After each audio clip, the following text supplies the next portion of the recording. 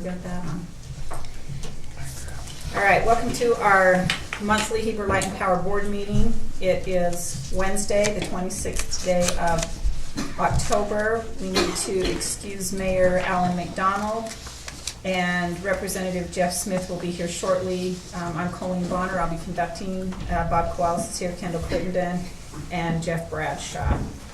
First item on our agenda is the consent agenda, which has the minutes from September 26th, the September 2016 financial statements, and the 2016 warrants. If there's any discussion on that, if not, I'll call for a motion. I'll make the motion that we accept the consent agenda as shown. I'll second that. All right, any other discussion? Not all in favor? I need to abstain on the minutes. The other I'm okay with, but I was not here on the minutes. That gives you three still. So what do we shoot? Okay, all right, aye. All in favor? Aye. Aye. Okay. All right, next is the approval of our third quarter distributions to the members. Any questions on that? Motion approved. Okay, we have a motion. Do we have a second? Second. All in favor? Aye. All right, great, thank you.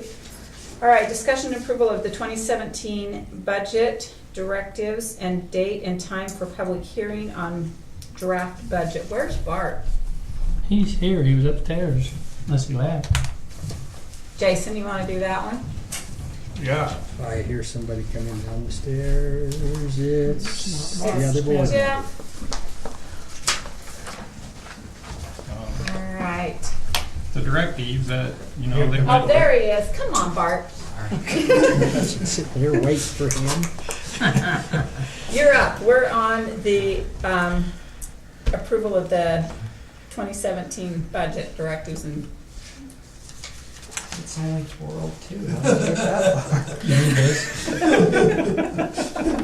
Colleen's chairing.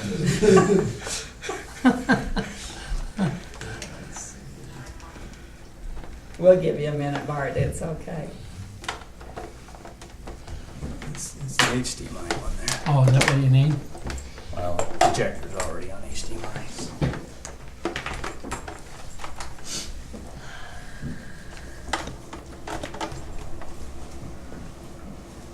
Probably have to move water bottles.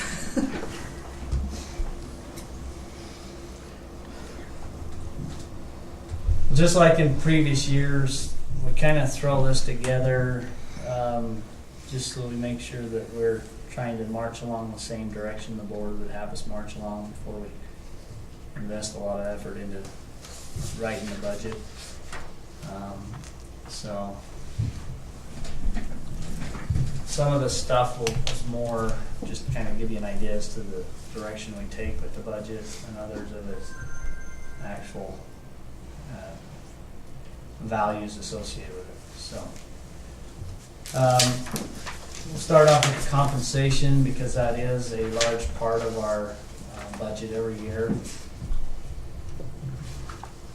With the wages, we've been notified, or we found on the Social Security's website that they are giving a COLA this year of 0.3%, and so we're recommending and planning to build that into our budget estimate, that 0.3% COLA increase.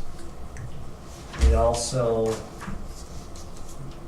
in order to keep track or keep pace with the market on our pay ranges, we're recommending using the consumer price index as a kind of a basis to annually move those pay scales so they kind of stay in line with the market of sorts. It doesn't really affect the existing employees. Existing employees their compensation is based upon their performance and where they're currently at in their market. Obviously, it would affect them if their market shifts a little bit, but that's done on a one-by-one basis. It's really more to just make sure that when we do the compensation studies, we've stayed in line with kind of how the market has moved. as well as it allows us, when we're looking at bringing in new bodies, to have a little bit better market range. So we're recommending adjusting the pay scales up to 3.3% because we haven't done one in 15 or 16. Sure. We haven't shifted those pay scales, plus you have that 0.3 COLA in there. So, not really a budget directive item, that bullet point 2 under wages, but it is something that, Have you ran that with the employees, what the total cost of that'll be? What'll need to be added to the budget to cover that? it will be included in. Like I say, that 3.3 here, that's would be truly based upon whether or not the employees, based upon their performance and all those other metrics, so that may or may not be a value for the employee, but the 0.3 is actually added in as part of the budget numbers that we would. So basically, the 0.3 would be cost of living, and that would go over all employee wages. The 3.3 would be, well, it'd be 3%, would be just a merit pool, so 3% of total wages would be put in a merit pool. And then the CPI would just be used to increase the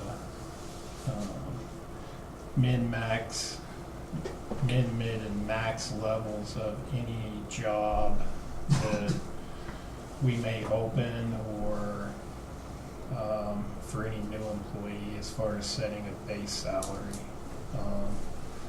That CPI would just go into that study we had done and take all the wages of the study according to the CPI index, which is just an index. We could pick a different index, just so that our wage analysis continues to grow year to year with the consumer index. So, but we could pick a different index on that. Are we anticipating doing a salary survey in 2017? Are we due for one? 2018 will be the next survey. Okay. So, and in the years we don't do a survey, that's the index that we would Add to it. add to it. I just couldn't remember when it was due. Right. Every yeah. 3 years. I think, isn't it not next year, but 2018 one is due?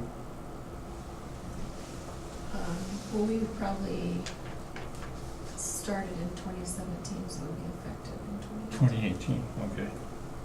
Yeah. We do, from time to time, have employees that have done exceptional.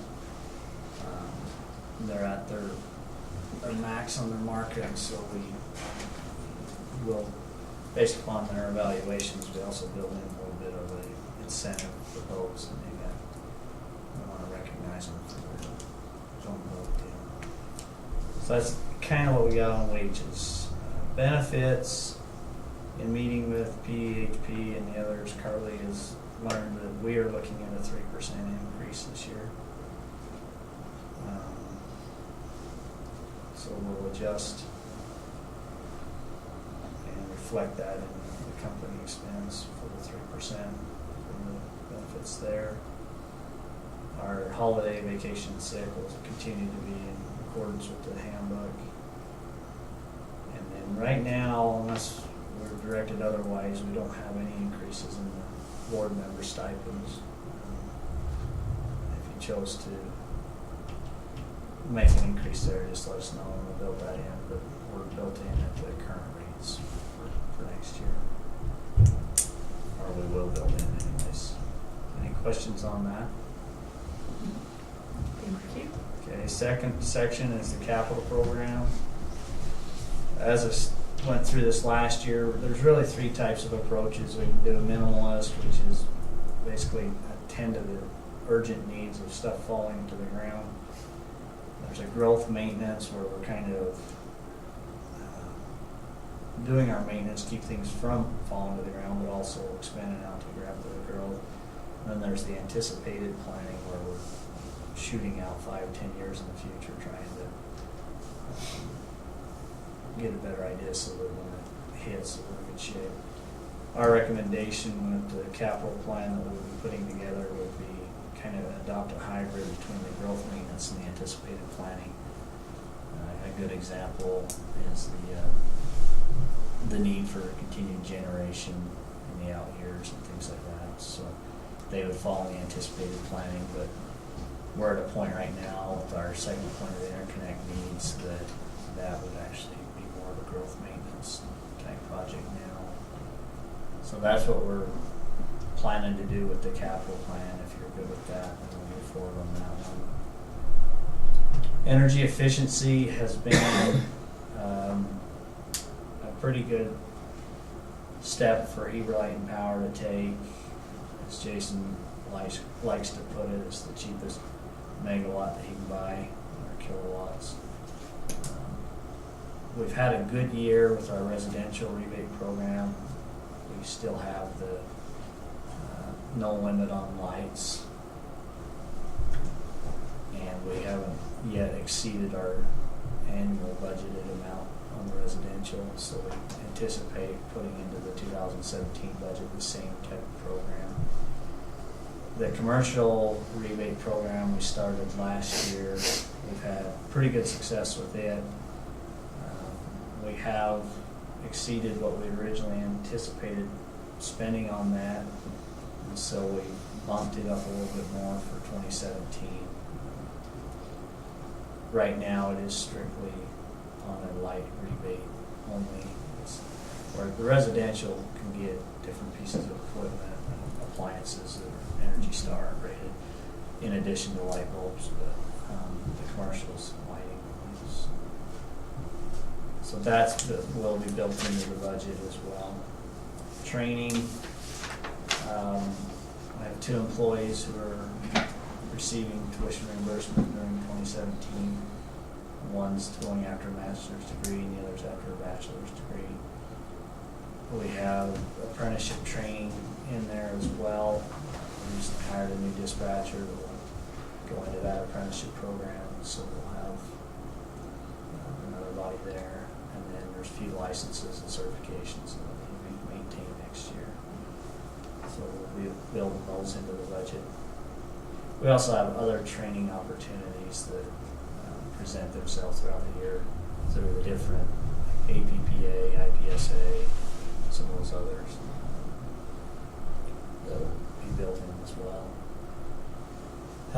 Community membership is a big thing for Heber Light and Power. Staff finds this to be one of the more important elements. So we'll build in the streetlight forgiveness again. One thing we're looking at doing though is building in the change out of some of the streetlights with a little bit more energy efficient LED lights. Try and reduce that amount of annual electrical expense that we're writing off. Are these the main street lights, or are they the corner lights that I think most of the corner lights have been LED'd, haven't they? Yeah, the vast majority of the Cobra Head corner lights off of the main streets have been changed out. This would be a continuation of the loose ends we have on that, and then beginning to attack the period style lighting that is not only on the main streets of the owner cities, but also in the newer developments. So Anything that's developing then, though it's not city property. Well, there's a lot of the period style lighting is going into the developments of city property. They're still city lights, they're They're city considered lights, city. yeah. The main ones, there are some interior lights in some developments that aren't. Any development that the HOA is like paying their streetlight bill, we're not writing that off, so those wouldn't be targeted. So we don't need to have replacement facilities for those or anything, it's No. totally up to them. Just on dedicated city streets.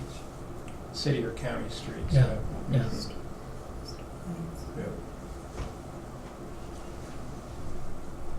Community involvement / outreach. We've had a good year in 2016. We continue to try and help our customers realize the value of public power and the ability we have to streamline our efforts to better assist them in getting their needs met. This continues to go up every year. We keep finding more and more ways to be involved in the community. So we're in it, the fair boosting again. We've done that for quite a few years on livestock sales. The event center sponsorship. Public Power Week costs right around $3,000 to do that. The local events, the community foundation for the scholarships there, the chamber golf tournament, the chamber membership, and the chamber brag tags through the summer. Looking at potential donation to the ice rink. If they do Relay for Life, we've got that in there as a potential. And then we're looking at trying to broaden the understanding and the appeal of our industry. Our industry is getting older, and there's getting to be quite a few opportunities, jobs for a lot of people coming out of high school and stuff. So we'd like to spend some money to work with the school district on internships. We've got some targeted avenues in which we do those. So there's some money in there for that. Can I make a suggestion on the Relay for Life? If they don't do that, we could contribute to the Horse of Many Colors that they do through the county, and then all of that money stays in Wasatch County, Mm-hmm. and it goes to patients or families, members of families, or people who've had cancer in the county. And Is that so during, they promote it a lot during fair days. yeah, I was going to say, is it during the Cowboy Poacher, but it's not. It's during fair days. But if they don't do Relay for Life, that might be a better place to put it anyway, as opposed to Relay for Life, because the Horse of Many Colors, it stays in the county. If you'd like us to direct it there, we'll direct it there. It's up to you guys. What do Sounds you like a think? good idea. Okay. Relay for Life could go out, is what you're saying. Yeah, Relay for Life can go anywhere, and I'm not saying that isn't a valid place, but if we've got an opportunity to keep it local, Absolutely. I'd say let's keep it local. I would too. Okay. And then on this internship, item 6, don't we in our school district push the trades and so forth? Are we strictly into higher level education, or do we have studies for? They've created a new program, and I don't understand all of it. Carly probably knows more of it. It's their CAPS program, so it's an opportunity for, if a kid's interested in engineering or architecture, they can go work with an architect, or I don't know, Jeff, if there's anybody ever interested in, accounting, things like, I don't know. If, boring. yeah, but you guys. Anybody ever be interested in that? But there's a avenue, and I'm not sure how all it works, but this CAPS program would allow, if there was a high school kid who's interested in electricity and wanting to become an electrician, they would have the opportunity to come here and work under Harold or Jake or somebody, and kind of learn the trade, and they also get a grade in school. It kind of it's kind of an education thing, but it's also kind of a hands-on. I'm not 100% sure how all of it works. Yeah. But We lead the state in the program and what they're doing. The number of kids involved. But I think if we can get into the high school and get some of those kids, it's a great field for somebody to go into that maybe they're not quite sure what they want to do, but this kind of fits that little niche that. I guess the word I was looking for is vocational education, It's part of that, I think. It Yeah. falls. and that could also include not only coming in interning at the power company, but you could do the fire department. Now, they wouldn't need to turn out and be volunteers, but they could do some ride-alongs there, and so. And I know Carly's been looking into it, right, and working with the high school. We've been talking, Becky Musselman does the work-based learning and the Mhm. internship program over there, so we've been Well, talking, we tried to maybe get something going at the beginning of the school year, but we didn't quite make it, so we're looking at getting at least, something started for the second semester. And they even talked in our meeting the other day is the financial audit committee about even office staff, somebody training. And you say it wouldn't just be the line crew No, I and mean, there's, whatnot, but office the power staff, company has a lot of different areas that, dispatch or whatever, Yeah. those kind of things. Emily, your career is an interesting one. yeah. And it's, I mean, definitely it falls into not only categories here at the power company, but also things that happen out in the rest of the world, so. We've got some great opportunities. So I think that's a good one to keep in there. I think that's Anything something we should. can do to help make that happen, Carly, let us know. I don't Yeah. know. I don't have the or the superintendent at my fingertips anymore. He's left us there, but, Well, Tom Stone's my landlord, and he's the guy that's over. that's good. And Sean Kelly lives in my backyard, so. He's talked to me about it on a couple of Yeah. occasions. I talked also, yeah. Yeah. I mean, I think it's a kind of a new program and a new thing that they're doing, but I think it's something that I think the power company, it's a great place for us to step up and be participants there if we can. Thanks. Okay. Last few items, contingency planning. We live in an industry in which things are constantly in flux. And some things stay constant, and other things are just never know, moving target.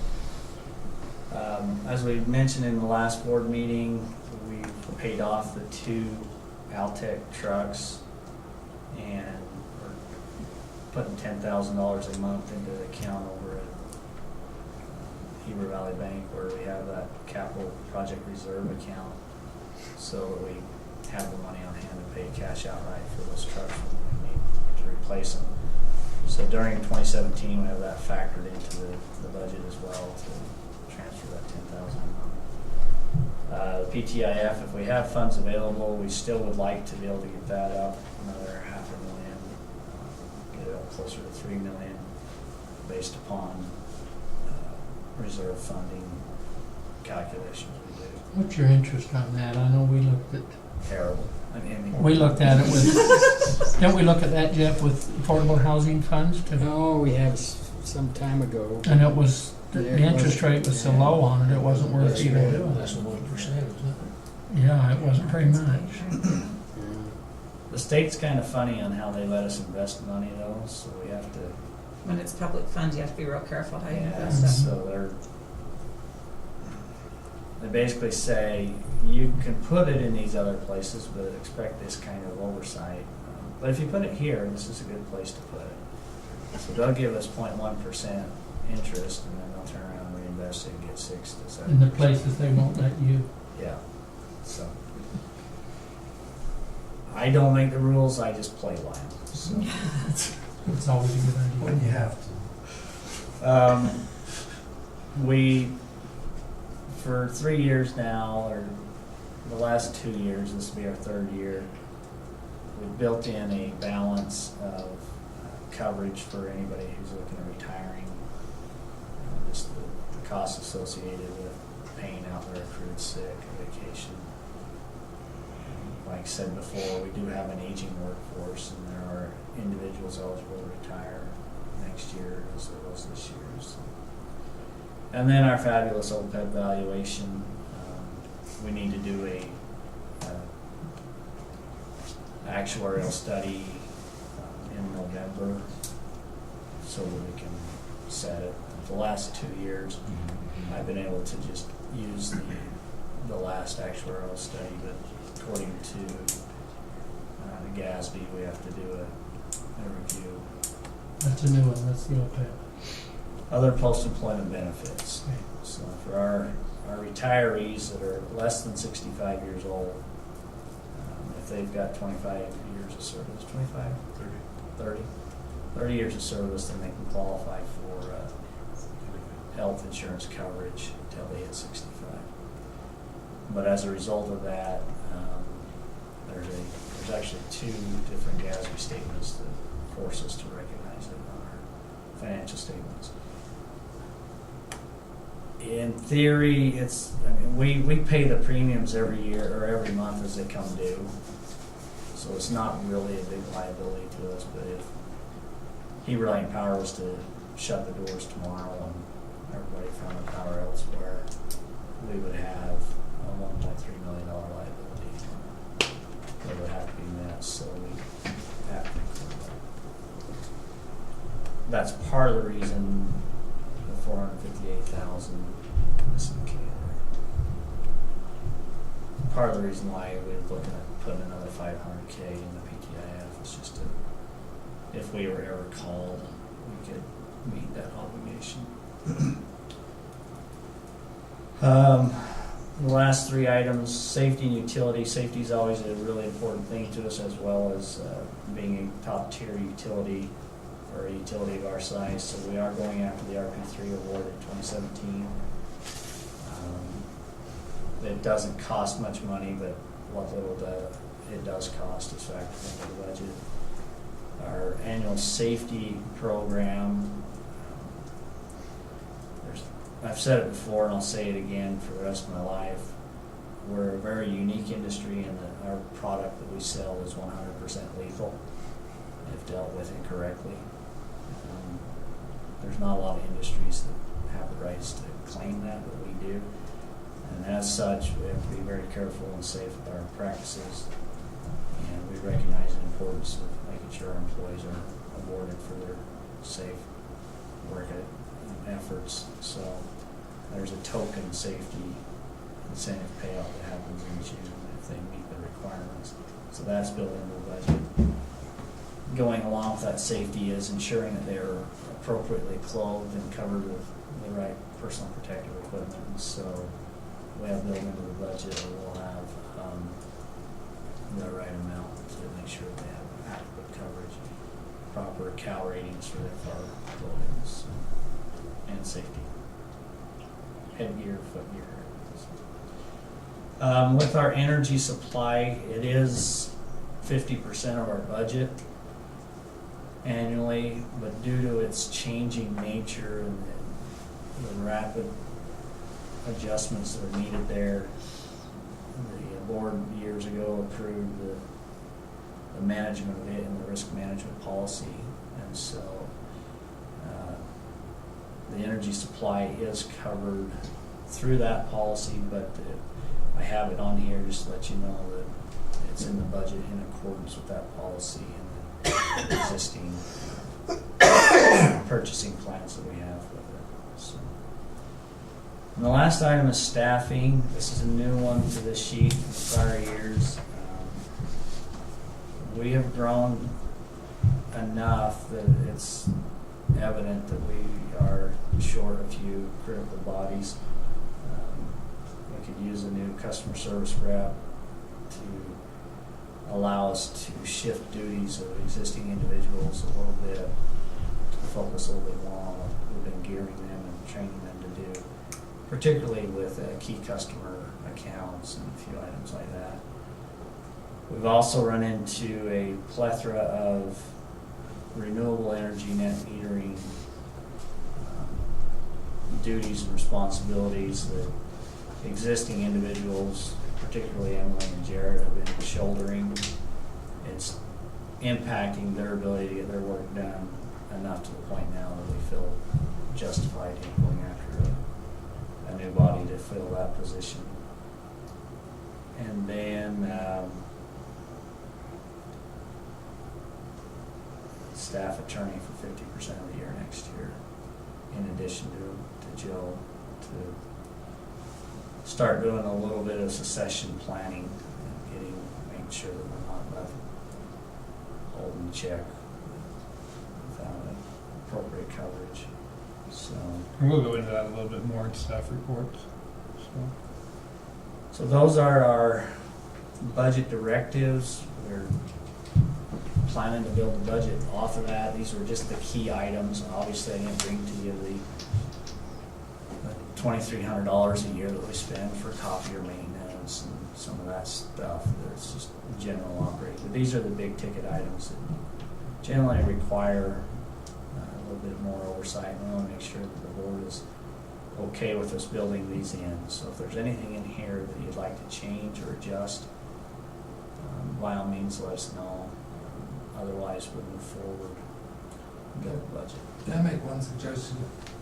In our bylaws, we have a step in the budget procedure of adopting an operations resolution, which is what this is.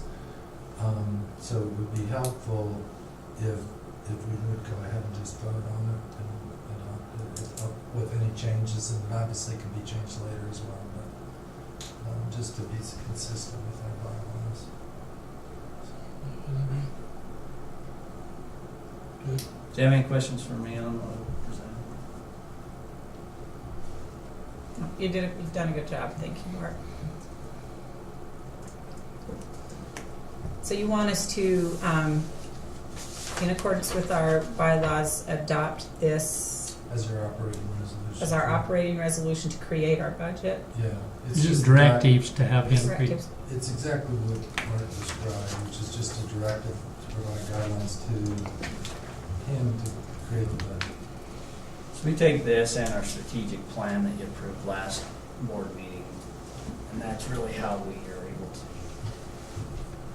So, and then it also has a date and a time for public hearing. So let's do this in two parts. Let's adopt this, and then we need to set a time and a date for our public hearing. So, I'll make a motion, we adopt the directives as presented. I'll second that. Is there any further discussion on that? All in favor? Aye. Aye. Okay, the second part of this is we need to set a time and a date for a public hearing on our draft budget. Jason? Generally, the last board meeting of the year, so the December board meeting is when we generally do that. But December's crazy month, it's right in the silly season, so we better. What was that again? Or December, is it the fourth Thursday No, or fourth actually, Wednesday? in December, so in November and December, we've noticed the board meeting, on a week Yeah, early. that's Actually, true. well, November 16th, so that's the third Wednesday, that will be our November meeting. And then December 14th, which is actually the second Wednesday, is what's been noticed as our regular meeting. And We can those, change it if we need to, but that's So just the we- way we noticed it at the beginning of the year. What was the December one, Carl? December 14th. it's the second Wednesday. Those are, well, I don't know about the 14th. I know that in November we'll probably create problems because we got budget stuff coming through on the county level, so I won't know till closer what we got that night. I'm good on the 16th for November. 14th, I'll just have to be done by 5:30. So I may have to leave. Alan will have to